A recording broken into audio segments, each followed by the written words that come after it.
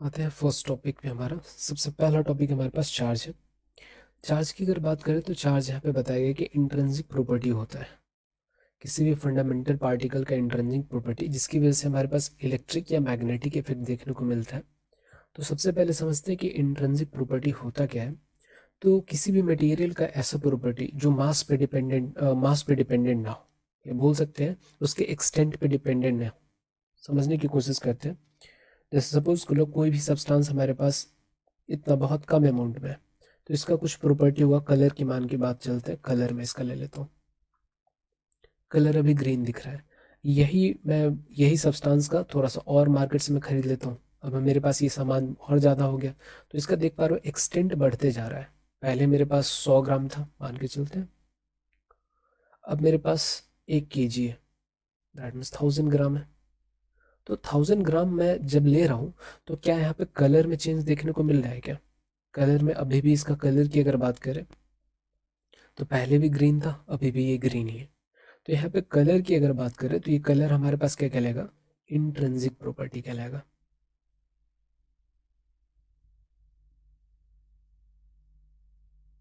Intrinsic property. तो intrinsic property कहने का सिंपल सा मतलब है जो एक्सटेंट पे ना डिपेंड करता हो। किसी भी मटेरियल का एक्सटेंट अगर कितना भी हम बढ़ा दें या कितना भी हम कम कर दें, लेकिन वो प्रॉपर्टी जो होता है वो हमेशा सेम रहेगा, तो उसको इंट्रिंसिक प्रॉपर्टी बोलेंगे। समझने के लिए यहाँ पे ले लेते हैं, एक चॉकलेट हमारे पास है। इस चॉकलेट की अगर बात करूँ तो पूरा चॉकलेट जो है पूरा होल ब्राउन कलर का ही है। अगर मेरे साथ अगर कोई फ्रेंड को अगर खिलाना हो, थोड़ा सा एक टुकड़ा मैं उसको दूंगा, तो ऐसा थोड़ी ये गोल्डन कलर का हो जाएगा। ये मैं उसको एक टुकड़ा दूं या 10 टुकड़ा दे दूं उसमें से तोड़ करके, जो भी कलर रहेगा चॉकलेट का वो हमारे पास ब्राउन ही रहने वाला है। तो इस देख रहे हो, ये हमारे पास चॉकलेट है, ये हमारे पास मटेरियल है। इस मटेरियल का कौन सा ऐसा, अगर मैं इसका डिवीजन अगर कर रहा हूँ, इसको छोटे छोटे पार्ट में अगर टुकड़ों में डिवाइड कर रहा हूँ, तो ऐसा कौन सा प्रॉपर्टी है इसका चेंज नहीं हो रहा है? तो सबसे पहले की अगर बात कर ले तो कलर। सेकेंड थिंग अगर बात कर ले तो टेस्ट। टेस्ट तो सेम ही रहेगा। तो ये दोनों हमारे पास क्या कहलाएगा? इंट्रिंसिक प्रॉपर्टी कहलाएगा।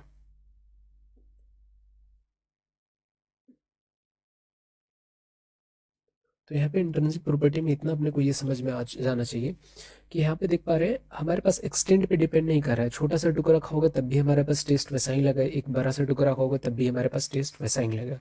कलर यहाँ पे चेंज नहीं हो रहा है। आप छोटा सा टुकड़ा ले लो या एक बड़े सा टुकड़ा ले लो, यहाँ से यहाँ तक का टुकड़ा ले लो, तब भी इसका कलर कैसा रहने वाला है? ब्राउन कलर का। तो इंट्रिंसिक प्रॉपर्टी कहने का मतलब ये होता है। दूसरा हमारे पास आता है इलेक्ट्रिक एंड मैग्नेटिक इफेक्ट। तो पहले देख लेते हो क्या होता है, उसके बाद इस डेफिनेशन पे आते हैं। यहाँ पे रहा हमारे पास इलेक्ट्रिक इफेक्ट। ये हम लोग सब लोग ने कर रखा है अपने बचपन में। एक स्केल लेते हैं और कुछ पेज को छोटे छोटे पार्ट्स में डिवाइड कर देते हैं, और स्केल को अपने सिर पे रब करके उसके बाद चिपकाने की कोशिश कर रहे हैं। तो यहाँ पे देख पाओ कि ये जो हमारे पास छोटा छोटा पीस है पेपर का, ये क्या हो रहा है? स्केल की तरफ अट्रैक्ट हो रहा है। ये किसकी वजह से हो रहा है? क्योंकि हमारे पास स्केल और जो भी हमारे पास ये पेपर है, इनके बीच में चार्ज डेवलप हो चुका है। तो अपोजिट चार्ज क्या कर रहे हैं? अट्रैक्ट कर रहे हैं। दैट मीन्स ये सिंपल सा बोल सकते हो, जहाँ पे भी इस तरीके का देखने को मिलता है इलेक्ट्रिक इफेक्ट आप बोल सकते हो। ये हमारे पास इलेक्ट्रिक इफेक्ट है। दूसरा हमारे पास है मैग्नेटिक इफेक्ट। तो उसके लिए एक एक्सपेरिमेंट देख लेते हैं। एक्सपेरिमेंट से पहले मैं थोड़ा सा बताना चाहता हूँ कि जब भी हमारे पास दो वायर अगर हो, दोनों वायर में अगर हमारे पास क्या होता है, सेम ही डायरेक्शन में करंट, करंट को आई से रिप्रेजेंट करते हैं। दोनों वायर में करंट अगर हमारे पास क्या हो, सेम डायरेक्शन में अगर जाता है, तो करंट चार्ज की वजह से होता है। तो आप देख पाओगे कि ये वायर क्या करेगा, एक दूसरे को अट्रैक्ट करेगा। ये अट्रैक्ट करेगा तो फाइनली ये जो सीधा हमारे पास वायर दिख रहा था, जैसे ही इसमें करंट ऑन होगा, अब ये वायर क्या होगा, एक दूसरे को अपने तरफ खींचने की कोशिश करेगा। मतलब ये हमारे पास अट्रैक्ट करेगा। और यही अगर मैं बदल दूं, सिनेरियो बदल दूं कि एक वायर में हमारे पास करंट इस डायरेक्शन में जा रहा है, दूसरे वायर में हमारे पास करंट अपोजिट डायरेक्शन में जा रहा है। करंट कुछ भी हो सकता है, लेकिन अपोजिट अगर डायरेक्शन में अगर जाएगा, तो यहाँ पे ये देखने को मिलेगा कि ये वायर एक दूसरे को क्या करेगा, रिपेल करना स्टार्ट कर देगा। मतलब ये वायर इधर भाग जाएगा और ये वाला इस तरीके से। तो एक चीज दिमाग में बैठ जाना चाहिए कि जब भी हमारे पास वायर में करंट अगर सेम डायरेक्शन में होगा, दैट मीन्स दोनों वायर अट्रैक्ट करेगा। जब दोनों वायर में हमारे पास करंट डिफरेंट डायरेक्शन में होगा, तो एक दोनों को रिपेल करेगा। एक एक्सपेरिमेंट देखते हैं इसके ऊपर, उसके बाद आगे बढ़ते हैं। यहाँ पे देख पाओगे कि हमारे पास दो वायर है हमारे पास, जिसमें कनेक्शन पहले ही से हम लोग फिट कर रखा है। इसमें अगर देखा जाए तो बैटरी से हमारे पास इसको कनेक्ट कर रखा है। अब ये दोनों वायर में हमारे पास करंट देखो अपोजिट डायरेक्शन में पास कराया जाएगा। अपोजिट डायरेक्शन में पास करा है तो देख रहे हो फोर्स की वजह से ये दोनों फैल गया था। और जैसे ही हमारे पास सेम डायरेक्शन में जैसे ही पास कराया जाता है तो वायर क्या कर रहा है, एक दूसरे की तरफ अट्रैक्ट हो रहा है। ये किसकी वजह से हो रहा है, तो चार्ज के मैग्नेटिक इफेक्ट की वजह से हो रहा है। चार्ज के डेफिनेशन पे आते हैं। दोनों एक्सपेरिमेंट हम लोगों ने देख लिए। अब यहाँ पे चार्ज की अगर बात करें तो इंट्रिंसिक प्रॉपर्टी होता है किसी फंडामेंटल पार्टिकल्स का, जिसकी वजह से ये इलेक्ट्रिक और मैग्नेटिक इफेक्ट शो करता है। अब यहाँ पे अगर चार्ज की बात करें तो चार्ज का रिप्रेजेंटेशन जो होता है वो क्यू से करते हैं, रिप्रेजेंटेड बाय कैपिटल क्यू और स्मॉल क्यू। दोनों से ही चार्ज का रिप्रेजेंटेशन होता है। चार्ज के ऐसा यूनिट की अगर बात करें तो ऐसा यूनिट जो होता है हमारे पास कूलम्ब होता है। लेकिन बहुत सारे हमारे पास सब यूनिट्स भी होते हैं। सब यूनिट्स की अगर बात कर ले तो कई बार हम चार्ज को बहुत छोटे से अमाउंट में मेजर करते हैं और कई बार चार्ज जो होता है हमारे पास काफ़ी ज़्यादा हाई होता है। तो बड़े चार्ज को मेजर करने के लिए हम फैराडे का इस्तेमाल करते हैं और छोटे चार्ज को मेजर करने के लिए हम फ्रैंकलिन का इस्तेमाल करते हैं या फिर स्टैट कूलम्ब होता है या फिर हमारे पास ईएसयू होता है। तो समझते हैं ये सब यूनिट्स क्या है। जैसे अगर सपोज कर लो 100 केजी को अपन क्या बोलते हैं, क्विंटल बोल देते हैं। इसी तरीके से हमारे पास अगर बहुत हेवी चार्ज अगर रहेगा तो बड़ा चार्ज को मेजर करने के लिए हम फैराडे में मेजर करते हैं। लेकिन वही छोटा अगर चार्ज होता है तो छोटे चार्ज को एक्सप्रेस करने के लिए हम फ्रैंकलिन, स्टैट कूलम या फिर ईएसयू का इस्तेमाल करते हैं। तो ये सारे हमारे पास चार्ज के यूनिट्स ही हैं। आगे बढ़ते हैं। चार्ज की अगर बात कर ले तो चार्ज हमारे पास एग्जैक्टली होता क्या है। कोई सा भी अगर मटेरियल की अगर बात कर ले, कोई सा मटेरियल बात करेंगे तो मटेरियल हमारे पास एटम से बना होगा। बहुत सारा एटम होगा उसमें। और एटम की अगर बात करें तो एटम में हमारे पास क्या होता है, एक न्यूक्लियस होता है और दूसरा हमारे पास एक्स्ट्रा न्यूक्लियर स्पेस होता है। एक्स्ट्रा न्यूक्लियर स्पेस कहने का मतलब समझते हैं यहाँ पे। जैसे हमारे पास कोई एटम है, ये क्लास 9 में आप देख चुके होंगे। ये अगर हमारे पास न्यूक्लियस है, इसके चारों तरफ जो खाली जगह होता है उसको एक्स्ट्रा न्यूक्लियर स्पेस बोलते हैं। न्यूक्लियस के अंदर की अगर बात करें तो न्यूक्लियस के अंदर हमारे पास दो होता है, एक हमारे पास प्रोटॉन होता है और दूसरा हमारे पास होता है न्यूट्रॉन। और वही एक्स्ट्रा न्यूक्लियर स्पेस की अगर बात करें तो एक्स्ट्रा न्यूक्लियर स्पेस में हमारे पास सिर्फ इलेक्ट्रॉन होता है। तो यहाँ पे एक डायग्राम बनाने की कोशिश की मैंने। यहाँ पे देखो न्यूक्लियस है हमारे पास, इसको सपोज कर लो कि ये न्यूक्लियस है और ये सारा हमारे पास इलेक्ट्रॉन है। ये सारे हमारे पास इलेक्ट्रॉन है। तो इलेक्ट्रॉन क्या करता है, हमारे पास जो भी हमारे पास न्यूक्लियस है उसके चारों तरफ चक्कर का लगाते रहता है ये। दूसरी बात कर ले तो यहाँ पे हमारे पास चार्ज कौन कौन सा है। तो जो प्रोटॉन होता है ये हमारे पास चार्ज पार्टिकल है। इलेक्ट्रॉन हमारे पास चार्ज पार्टिकल है। लेकिन न्यूट्रॉन की अगर बात करें तो ये चार्ज पार्टिकल नहीं, ये हमारे पास न्यूट्रल होता है।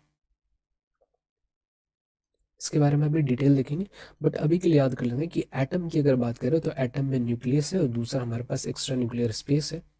तो जो भी हमारे पास न्यूक्लियस होता है उसके अंदर प्रोटॉन होता है हमारे पास, और जो हमारे पास एक्स्ट्रा न्यूक्लियर स्पेस होता है वहाँ पे हमारे पास इलेक्ट्रॉन होता है। अब दोनों की नेचर की अगर बात करें तो दोनों का नेचर अपोजिट है। नेचर कहने का मतलब आप समझ पा रहे हो। जैसे अगर दो लोग को कंसिडर कर लेते हैं तो एक बोलते हैं ना कि एक बहुत इंटेलिजेंट है, एक बहुत काइंड है। तो वो उनका नेचर है। इसी तरीके से हमारे पास प्रोटॉन और इलेक्ट्रॉन का नेचर होता है। तो यहाँ पर नेचर को पॉजिटिव मान लेते हैं या फिर नेगेटिव मान लेते हैं। तो प्रोटॉन का जो नेचर मान के चलते हैं हम, ऐसा कन्विंसन है हमारे पास कि पॉजिटिव होता है। वहीं पे इलेक्ट्रॉन की अगर बात करें नेचर की तो ये इलेक्ट्रॉन का नेचर जो होता है नेगेटिव होता है। क्लासिफिकेशन से पहले यहाँ पे एक और चीज़ देख लेते हैं। यहाँ तक हमारा हो चुका है कि हमारे पास जो चार्ज पार्टिकल है कहाँ कहाँ प्रेजेंट रहता है। दूसरी चीज़ यहाँ पे देखते हैं थोड़ा सा इलेक्ट्रॉन और प्रोटॉन के बारे में।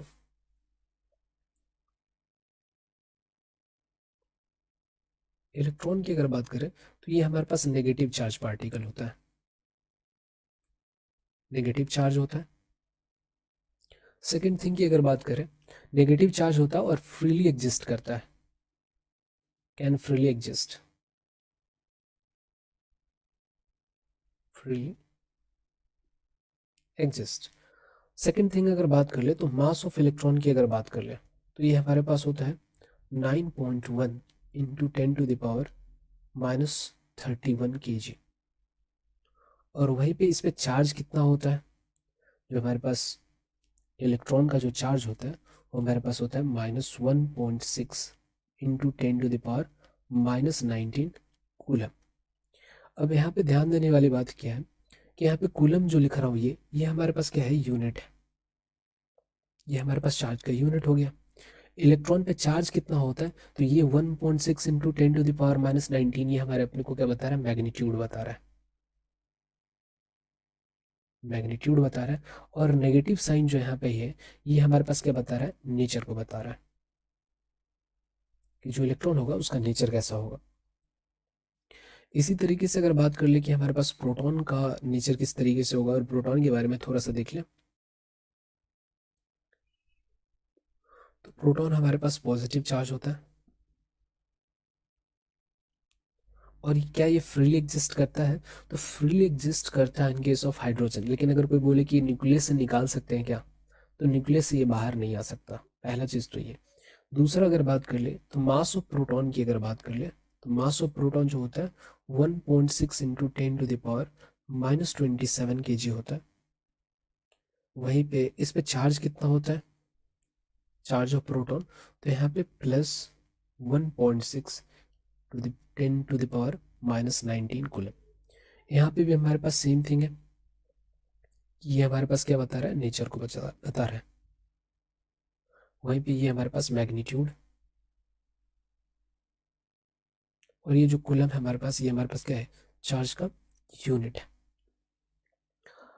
इतना हम लोगों ने देख लिया। अब यहाँ से हमसे ये पूछा जाता है कि जब हम चार्ज की बात कर रहे हो तो चार्ज हमारे पास कौन सा, जब बोलते हैं कि एक बॉडी से हमारे पास दूसरे बॉडी पे चार्ज का ट्रांसफर हुआ है, या दो ऑब्जेक्ट को जब हम क्या करते हैं, रब करते हैं, तो एक बॉडी पॉजिटिवली चार्ज बोलते हैं, एक बॉडी नेगेटिवली चार्ज बोलते हैं। तो किस बॉडी से किस पे चार्ज हमारे पास गया हुआ, कौन सा चार्ज ट्रांसफर होता है, हमेशा पॉजिटिव चार्ज ट्रांसफर होता है या नेगेटिव चार्ज ट्रांसफर होता है। तो ध्यान देने वाली बात यह है कि प्रोटॉन हमारे पास कहाँ होता है, न्यूक्लियस। और किसी भी एटम से न्यूक्लियस निकालना क्या है, इम्पॉसिबल। कोई भी अगर हमारे पास एटम है तो उससे न्यूक्लियस निकालना इम्पॉसिबल है। इसका मतलब प्रोटॉन हमारे पास मूव नहीं करता है। जब भी चार्ज का मूवमेंट होता है देन चार्ज में हमेशा इलेक्ट्रॉन ही मूव करता है, ये ध्यान देने वाली बात है। तो एक पॉइंट नोट कर सकते हो,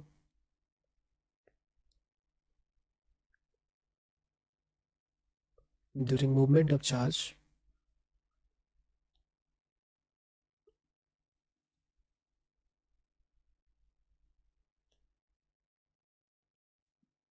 ओनली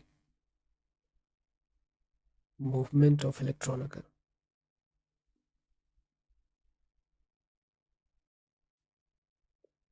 जब हमारे पास चार्ज का मूवमेंट होता है दैट मीन्स वहाँ पे इलेक्ट्रॉन का ही मूवमेंट हो रहा होगा।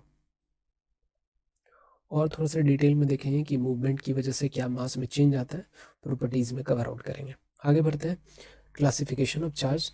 तो क्लासिफिकेशन में मैंने ये बता दिया कि हमारे पास दो तरीके के चार्ज होते हैं, एक पॉजिटिव चार्ज होता है, एक नेगेटिव चार्ज होता है। तो पॉजिटिव चार्ज को हम प्रोटॉन बोलते हैं और जो नेगेटिव चार्ज होता है उसको इलेक्ट्रॉन बोल देते हैं।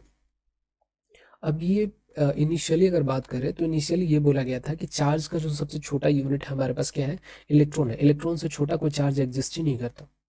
लेकिन जैसे जैसे हमारे पास रिसर्च वर्क आगे बढ़ा उस तरीके से हमारे पास कॉन्सेप्ट निकल के आया क्वार्क पार्टिकल्स। ये क्वार्क पार्टिकल हमारे पास सब पार्टिकल्स होते हैं, पार्टिकल्स होते हैं जिससे हमारे पास क्या बना है, चार्ज बना है। अब ये जो हमारे पास क्वार्क पार्टिकल है दो तरीके के होते हैं। ये सब चार्ज पार्टिकल्स जो हमारे पास, ये दो तरीके के होते हैं। एक हमारे पास अप क्वार्क होता है और एक हमारे पास डाउन क्वार्क होता है। अप क्वार्क को यू से रिप्रेजेंट करते हैं और जो डाउन क्वार्क होता है उसको डी से रिप्रेजेंट करते हैं। तो दोनों का रिप्रेजेंटेशन बहुत इंपॉर्टेंट हो जाता है। नेक्स्ट थिंग अगर बात कर ले तो अप क्वार्क का वैल्यू जो होता है हमारे पास +2/3 इलेक्ट्रॉन होता है, और वही डाउन क्वार्क के वैल्यू की अगर बात करें तो -1/3 इलेक्ट्रॉन होता है। और ये हमारे पास काफ़ी इंपॉर्टेंट हो जाता है, क्योंकि यही हमारे पास अप क्वार्क और डाउन क्वार्क जो मिलकर के होता है, इलेक्ट्रॉन प्रोटॉन न्यूट्रॉन जितना भी हमारे पास सब पार्टिकल्स हैं उनका फॉर्मेशन करता है।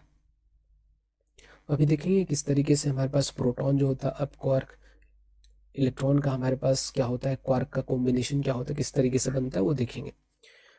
देखते हैं हमारे पास सबसे नेक्स्ट पॉइंट हमारे पास है आयंस और चार्ज में क्या डिफरेंस होता है। नॉर्मली हम ट्रीट करते हैं कि आयंस और चार्ज हमारे पास सेम है, बट नहीं, आयंस और चार्ज में काफ़ी डिफरेंस।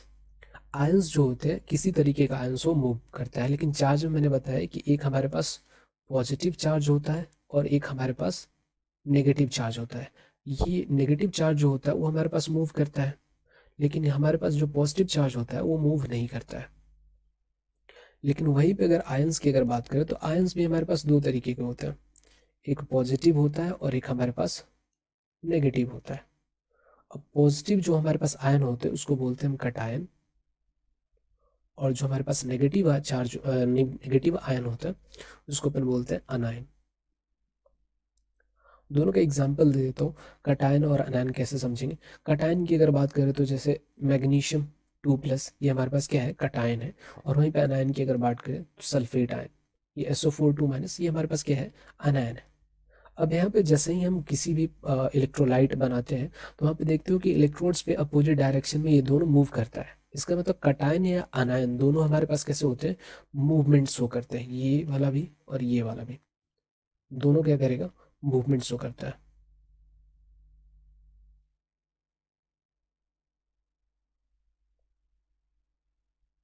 ठीक है। और चार्ज ट्रांसफर में ये दोनों इंपॉर्टेंट रोल प्ले करते हैं, लेकिन वही सिंपली जब हम चार्ज की बात कर रहे होते हैं, दैट मीन्स इलेक्ट्रॉन और प्रोटॉन की बात कर रहे होते हैं, जिसमें इलेक्ट्रॉन ही हमारा मूव करता है, प्रोटॉन कभी मूव नहीं करता है। तो दोनों में ये डिफरेंस पता होना चाहिए। नेक्स्ट यहाँ पे देखते हैं हमारे पास जो चार्ज होता है हमारे पास किस तरीके से बना हुआ है। अब यहाँ पे इलेक्ट्रॉन की अगर बात कर लेते हैं, इलेक्ट्रॉन के चार्ज को ई से रिप्रेजेंट करते हैं। इलेक्ट्रॉन का चार्ज हमारे पास ई से रिप्रेजेंट होगा, -E से। -E that means electron. और वही अगर हमारे पास सिर्फ +E या फिर E लिखा हुआ है, इसका मतलब हमारे पास क्या होता है, चार्ज ऑफ प्रोटॉन। प्रोटॉन का रिप्रेजेंटेशन नहीं है, ये दोनों पे हमारे पास जो चार्ज है उसके रिप्रेजेंटेशन में बता रहा हूँ। नेक्स्ट यहाँ पे बात कर लेते हैं कि हमारे पास किस तरीके से अप क्वार्क की अगर बात करें तो अप क्वार्क का मैंने बताया कि अप क्वार्क का वैल्यू हमारे पास 2/3 इलेक्ट्रॉन होता है। वहीं डाउन क्वार्क की अगर बात करें तो डाउन क्वार्क का वैल्यू हमारे पास -1/3 इलेक्ट्रॉन होता है। तो किस तरीके से देखते हैं इलेक्ट्रॉन प्रोटॉन और न्यूट्रॉन जो होता है इस कॉम्बिनेशन का इस्तेमाल करके हम बना सकते हैं। इलेक्ट्रॉन अपने को बनाना है, दैट मीन्स -E लाना है। तो -E लाने के लिए मैं ये बोल देता हूँ कि जो हमारे पास डाउन क्वार्क है, 3 डाउन क्वार्क को आप ऐड कर दो।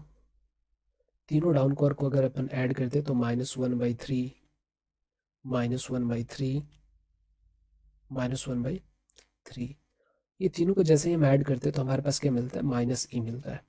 तो आप देख पा रहे हो इलेक्ट्रॉन में अगर हमारे पास इलेक्ट्रॉन का अगर आपसे कॉम्बिनेशन पूछ ले, इलेक्ट्रॉन को किस तरीके से बना है, मतलब कौन कौन से क्वार्क पार्टिकल से मिल करके बना होगा, तो 3 डाउन क्वार्क अगर मिल जाए आपस में तो हमारे पास किस चीज़ का फॉर्मेशन करेगा, इलेक्ट्रॉन का। इसी तरीके से प्रोटॉन की बात कर लेते हैं। प्रोटॉन की अगर बात कर ले तो प्रोटॉन का जो चार्ज होता है ई से रिप्रेजेंट करते हैं। इलेक्ट्रॉन और प्रोटॉन दोनों पे हमारे पास सेम ही चार्ज होता है। नेक्स्ट यहाँ पे अगर बात कर ले तो यहाँ पे ये मैं लगा लेता हूँ कि 2 अप क्वार्क हमारे पास है और एक हमारे पास डाउन क्वार्क है।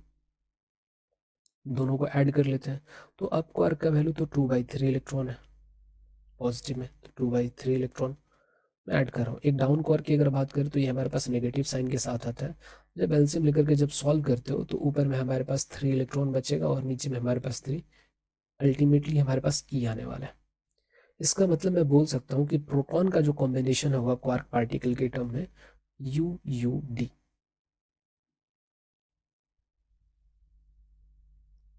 इसी तरीके से देख लेते हैं, एक हमारे पास न्यूक्लियस के अंदर न्यूट्रॉन भी होता है। तो न्यूट्रॉन जो होता है हमारे पास, इस पे चार्ज 0 होता है। चार्ज 0 होता है तो इसका भी तो कॉम्बिनेशन बन रहा होगा ना। तो मैं बोलता हूँ यू, और 2 D ले लेते हैं, 2 डाउन क्वार्क ले लेते हैं। यू की अगर बात करें तो 2/3 इलेक्ट्रॉन, और वही डाउन क्वार्क की अगर बात करें तो हमारे पास कितना होगा -1/2e प्लस -1/2e।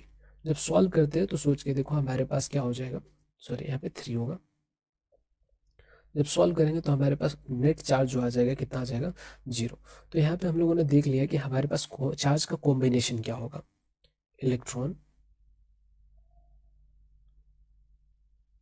प्रोटॉन और न्यूट्रॉन, तीनों के लिए क्वार्क पार्टिकल का कॉम्बिनेशन देख लेते हैं। यहाँ पे हमारे पास डाउन क्वार्क आता है, यहाँ पे हमारे पास 2 अप क्वार्क आता है, एक डाउन क्वार्क आता है। और न्यूट्रॉन में अगर बात करें तो एक अप क्वार्क 2 डाउन क्वार्क मिलकर के हमारे पास न्यूट्रॉन का क्या करता है, फॉर्मेशन करता है। आगे बढ़ते हैं प्रॉपर्टीज ऑफ चार्ज की तरफ। प्रॉपर्टीज ऑफ चार्ज से पहले हम थोड़ा सा ये देख लेते हैं कि हमारे पास लाइक कहने का मतलब क्या होता है और अनलाइक कहने का मतलब क्या होता है। ठीक है, दोनों का मैंने ये बता दिया कि साइन, जैसे हमारे पास पॉजिटिव चार्ज है, पॉजिटिव, और एक मैं नेगेटिव ले लेता हूँ। पॉजिटिव चार्ज अगर मैं लिखता हूँ +2 कूलम लिख देता हूँ, +2 कूलम, और यहाँ पे नेगेटिव चार्ज में लिखता हूँ -3 कूलम। तो यहाँ पे देख पा रहे हो कि दोनों का मैग्नीट्यूड अलग है, तो मैग्नीट्यूड से अपने कोई मतलब नहीं है, दोनों का यूनिट सेम है। बस यहाँ पे नेचर की अगर बात करें तो नेचर अपने को क्या बता रहा है, एक हमारे पास पॉजिटिव है, दूसरा हमारे पास नेगेटिव है। तो नेचर जब भी बोला जाए तो मैग्नीट्यूड से कोई लेना देना नहीं होता, सिर्फ उसके हम देखते हैं साइन से कि एक पॉजिटिव एक नेगेटिव, दैट मीन्स हमारे पास क्या हो रहा है, दोनों का नेचर अपोजिट है। अगर दोनों का हमारे पास साइन सेम है इसका मतलब दोनों हमारे पास सेम नेचर का है, तो यही हमारे पास कॉन्सेप्ट चलता है। तो यहाँ पे ये बोला गया है फर्स्ट पॉइंट हमारे पास, ये जो लाइक चार्जेस होते हैं एक दूसरे को रिपेल करते हैं, जैसे ही हम पास लाने की कोशिश करेंगे वो दूर भागने की कोशिश करेगा। जैसे यहाँ पे देख पाओगे कि यहाँ पे दोनों हमारे पास लाइक चार्ज है, दोनों का हमारे पास सिंबल जो हमारे पास पॉजिटिव पॉजिटिव है, नहीं तो हमारे पास नेगेटिव नेगेटिव है। तो दोनों क्या करेंगे, एक दूसरे के से दूर भागने की कोशिश करेगा। वही सेकंड पॉइंट की अगर बात करें तो बोला जा रहा है कि unlike charges attract each other. Unlike charges हमारे पास देख रहे हो, एक पॉजिटिव चार्ज है एक नेगेटिव चार्ज है, ये दोनों बराबर हो भी सकता है नहीं भी हो सकता, कोई दिक्कत नहीं, बस अपने को नेचर से मतलब है। दोनों का साइन अगर अपोजिट रहेगा तो दोनों चार्ज एक दूसरे की तरफ अट्रैक्ट होगा, एक दूसरे के पास आने की कोशिश करेगा। नेक्स्ट यहाँ पे बात करें तो चार्ज जो होता है हमारे पास मास से एसोसिएटेड होता है। अभी जस्ट हम लोगों ने देखा कि हमारे पास मास ऑफ इलेक्ट्रॉन की अगर बात करें तो मास ऑफ इलेक्ट्रॉन मैंने बताया 9.1 इंटू 10⁻31 kg।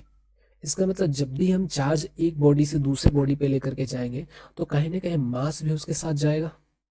जैसे सपोज कर लेते हैं कि एक हमारे पास ये कोई पर्सन हमारे पास ए है, कहीं से ऐसा ले लेते हैं कि इसके पास ये कहीं ज्वेलरी शॉप लूट लेता है ऐसा समझ लो, और पूरे पॉकेट में ज्वेलरी रख के चल रहा है।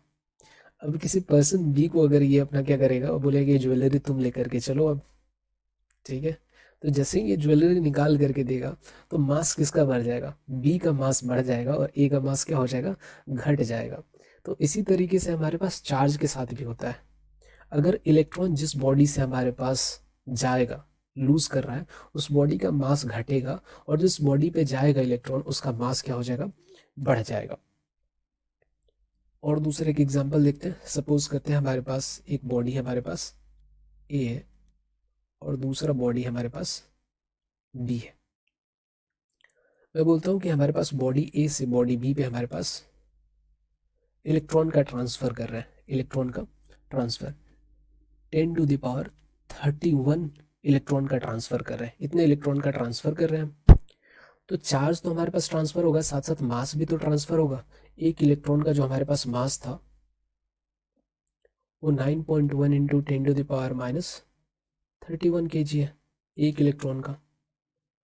तो हमारे पास तो 10⁻31 इलेक्ट्रॉन हमने ट्रांसफर किया, तो टोटल मास कितना हो जाएगा 9.1 इंटू 10⁻31 kg, फिर मल्टीप्लाई करोगे 10⁻31 से, ये कैंसिल आउट हो जाएगा। मतलब ओवरऑल अगर बात करें तो 9 kg हमारे पास मास क्या हो रहा है, ए से बी पे जा रहा है। मतलब जो बी का पहले मान के चलते ए हमारे पास 10 kg का था और बी हमारे पास 50 kg का था।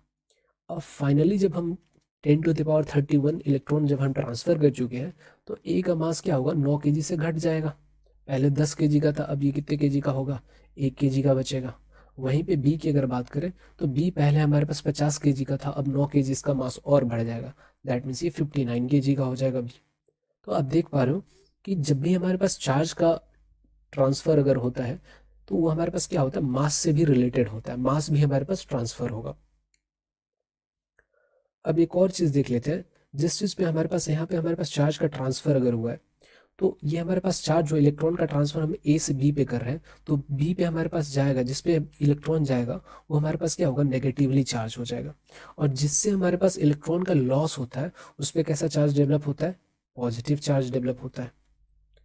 तो सिंपल सा यहाँ पे ये बता सकते हैं ना कि बॉडी ए हमारे पास पॉजिटिवली चार्ज रहेगा और बॉडी बी हमारे पास नेगेटिवली चार्ज रहेगा। अब क्वेश्चन आपसे ये पूछा जाएगा कि दो ऑब्जेक्ट हमारे पास, दोनों को रब कर रहे हैं, ठीक है, उसके साथ तीसरा ऑब्जेक्ट कोई कांटेक्ट में नहीं है, बस दो ही ऑब्जेक्ट है, दोनों को आपस में रब किए तो एक पे पॉजिटिव चार्ज आया, बी पे हमारे पास नेगेटिव चार्ज आया। तो ये बताओ कि किसका मास ज़्यादा होगा, जिस पे पॉजिटिव चार्ज डेवलप हुआ है या नेगेटिव चार्ज। तो हमेशा इसका आंसर होगा जिस पे भी नेगेटिव चार्ज डेवलप होता है उसका मास क्या होगा, थोड़ा सा बढ़ जाएगा, और जिस पे पॉजिटिव चार्ज आया है उसका मास थोड़ा सा घट जाएगा। लेकिन नॉर्मल कंडीशन में अगर बात करें तो ये मास इतना ज़्यादा कम होता है कि क्यों उसको मेजर नहीं कर पाते एक्यूरेटली। बस इतना अपने को पता है कि किसका मास बढ़ेगा और किसका मास घटेगा। लेकिन लोअर कैलकुलेशन में अगर बात करें तो इसका कोई कॉन्सेप्चुअल या फिर बोल सकते हैं एप्लीकेशन बेस्ड हमारे पास प्रॉब्लम नहीं आते हैं। फिफ्थ पॉइंट की अगर बात करें तो हमारे पास बोला गया charge can nether be created nor be destroyed. इसका मतलब हमारे पास है कि चार्ज को कभी हम बना नहीं सकते। चार्ज हमारे पास नेचर में क्या है, फिक्स्ड है। नेट चार्ज की अगर बात कर रहे नेचर में, अपने यूनिवर्स में, तो नेट चार्ज हमारे पास जीरो है। अगर मैं बोलता हूँ कि मेरे पास अगर 10 इलेक्ट्रॉन है तो कहीं ना कहीं किसी के पास 10 प्रोटॉन भी रहा होगा। इतना समझने की जरूरत है। कोई अगर गरीब है दैट मीन्स कोई दूसरा बंदा तो अमीर होगा। यही कॉन्सेप्ट हमारे पास चार्ज के साथ भी चलता है कि पूरे यूनिवर्स में जो होता है हमारे पास नेट चार्ज जीरो है। कहीं पे पॉजिटिव चार्ज है तो हो सकता है यूनिवर्स के किसी दूसरे सेक्शन में हमारे पास क्या होगा, नेगेटिव चार्ज एग्जिस्ट कर रहा होगा। तो चार्ज को ना तो हम घर में बना सकते हैं, ये थोड़ी पिज्जा है कि हम लाएंगे मटेरियल और बना डालें, ऐसा कुछ भी नहीं है। हमारे पास क्वार्क से ये बना हुआ है, क्वार्क से हमारे पास फिक्स नंबर में है। चार्ज हमारे पास ना तो हम बना सकते हैं और ना ही डिस्ट्रॉय कर सकते हैं, बस इसको क्या कर सकते हैं, ट्रांसफर कर सकते हैं। सिर्फ क्या हो सकता है, ट्रांसफरेबल होता है। चार्ज को एक बॉडी से दूसरे बॉडी पे हम सिर्फ ट्रांसफर कर सकते हैं, बस इतना ही कर सकते हैं। तो ये जो हमारे पास फिफ्थ पॉइंट है, यही इसी को हम बोलते हैं law of conservation of charge.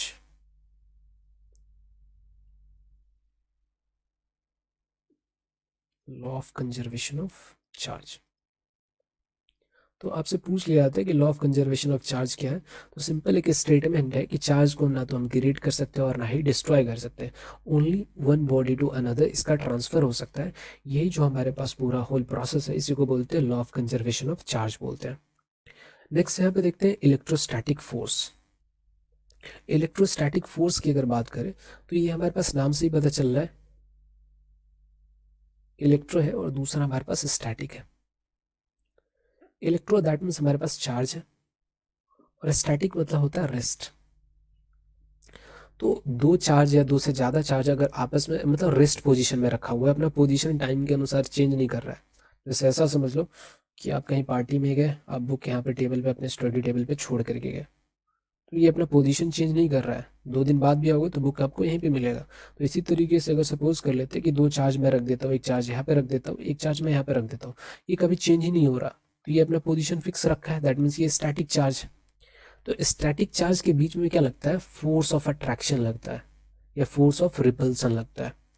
तो रिपल्सन और अट्रैक्शन बता चुका हूँ। रिपल्सन कब लगेगा कि दोनों चार्ज, ये मैं दोनों चार्ज की अगर बात करूँ, दोनों पॉजिटिव अगर हो जाए या दोनों चार्ज हमारे पास नेगेटिव हो जाए, इस केस में हमारे पास क्या लगेगा, रिपल्सन। लेकिन ये पॉजिटिव हो जाए ये नेगेटिव हो जाए, या फिर ये पॉजिटिव ये नेगेटिव, इस केस में हमारे पास क्या लगेगा, अट्रैक्शन लगेगा।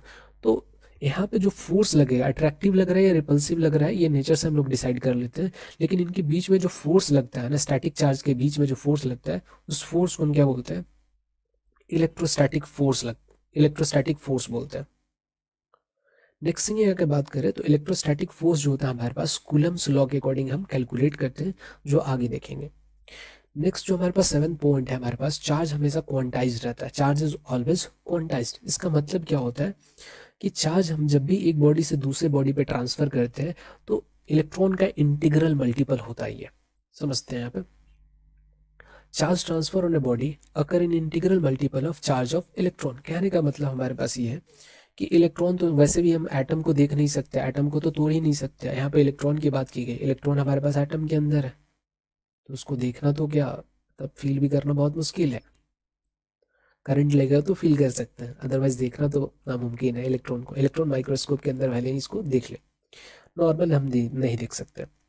अब यहाँ पे ये बोला जा रहा है कि अगर हमारे पास एक बॉडी ए है, ये बॉडी हमारे पास बी है, दोनों इनिशियली न्यूट्रल है, दोनों पे नेट चार्ज 0 है, लेकिन अगर कोई बोलता है कि मैं बॉडी ए से क्या कर रहा हूँ, बॉडी बी पे ट्रांसफर कर रहा हूँ 2 इलेक्ट्रॉन, ये सही है।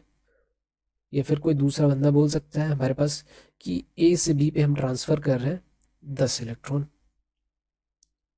कोई ऐसा भी बोल सकता है कि नहीं 13.5 इलेक्ट्रॉन जो होगा हम ट्रांसफर करेंगे। तो इसमें स्टेटमेंट कौन सा ट्रू होगा कौन सा फॉल्स होगा ये देखते हैं हमारे पास।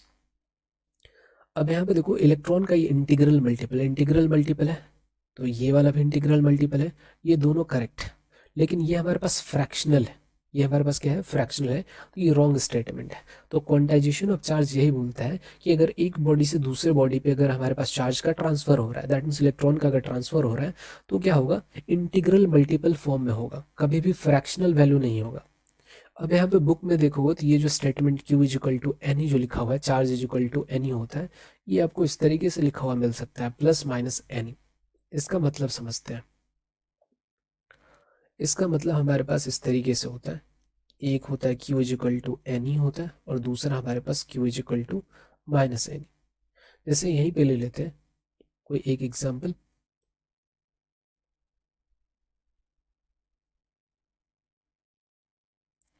यहाँ पे हम लोगों ने ले रखा है कि बॉडी ए से हमारे पास बॉडी बी पे 10 इलेक्ट्रॉन का ट्रांसफर हो रहा है, तो बॉडी ए से बॉडी बी पे इलेक्ट्रॉन जा रहा है, मतलब बॉडी बी पे हमारे पास कैसा आएगा, नेगेटिव चार्ज आएगा, नेगेटिव चार्ज डेवलप हो जाएगा। बॉडी ए पे हमारे पास क्या होगा, पॉजिटिव चार्ज आएगा। तो बॉडी ए पे अगर पूछा जाएगा पॉजिटिव चार्ज कितना आएगा, तो बोलेंगे +10 इलेक्ट्रॉन। तो यहाँ पे देख रहे हो, जिससे लूज हो रहा है वहाँ पे प्लस साइन लगा देंगे, और जिसके ऊपर हमारे पास इलेक्ट्रॉन गया है उसके लिए हम लिखेंगे इस पे चार्ज कितना होगा, तो -10 इलेक्ट्रॉन। ये हमारे पास रिप्रेजेंटेशन हो गया।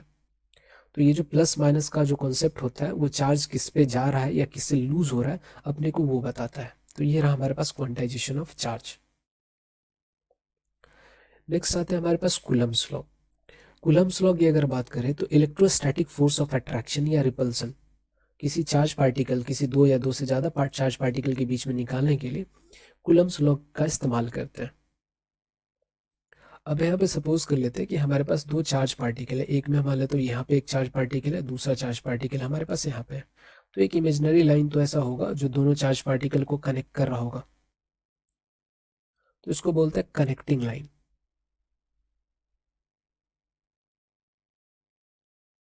कनेक्टिंग लाइन बोलते हैं। इनके बीच का जो डिस्टेंस है वो मान के चलते हैं हमारे पास r दे रखा है, और ये हमारे पास मान के चलो कि हमारे पास Q1 दे रखा है और Q2। Q1 Q2 रिप्रेजेंटेशन के लिए मैं लिख रहा हूँ, Q1 भी हमारे पास एक चार्ज है, Q2 भी हमारे पास एक चार्ज है। समझने के लिए आप मान सकते हो कि Q1 जो होगा हमारे पास वो 10 कूलम है, तो ये हमारे पास मान के चलते हैं 5 कूलम है, तो ये हमारे पास चार्ज का मैग्नीट्यूड हो सकता है। कूलम्स लॉ क्या बोलता है कि इनके बीच में जो फोर्स लग रहा होगा वो फोर्स का जो फॉर्मूला होगा किस तरीके से लिख सकते हैं, तो K Q1 Q2 upon R square. Just like law of gravitation में आप लोग पढ़ के आए हो, G M1 M2 upon R square, ये हमारे पास क्या होता है, ग्रेविटेशनल फोर्स का फॉर्मूला होता है। तो कुछ वैसा ही हमारे पास कूलम्स लॉ का ही फॉर्मूला होता है, दो चार्ज पार्टिकल का मैग्नीट्यूड और नीचे में हमारे पास आर स्क्वायर होता है। अब यहाँ पे K की अगर बात करें तो K का वैल्यू हमारे पास होता है 1/4 पाई एप्सिलॉन नॉट। ये जो हमारे पास सिंबल है ई नॉट, ई जो होता है हमारे पास इसको पढ़ते हैं एप्सिलॉन,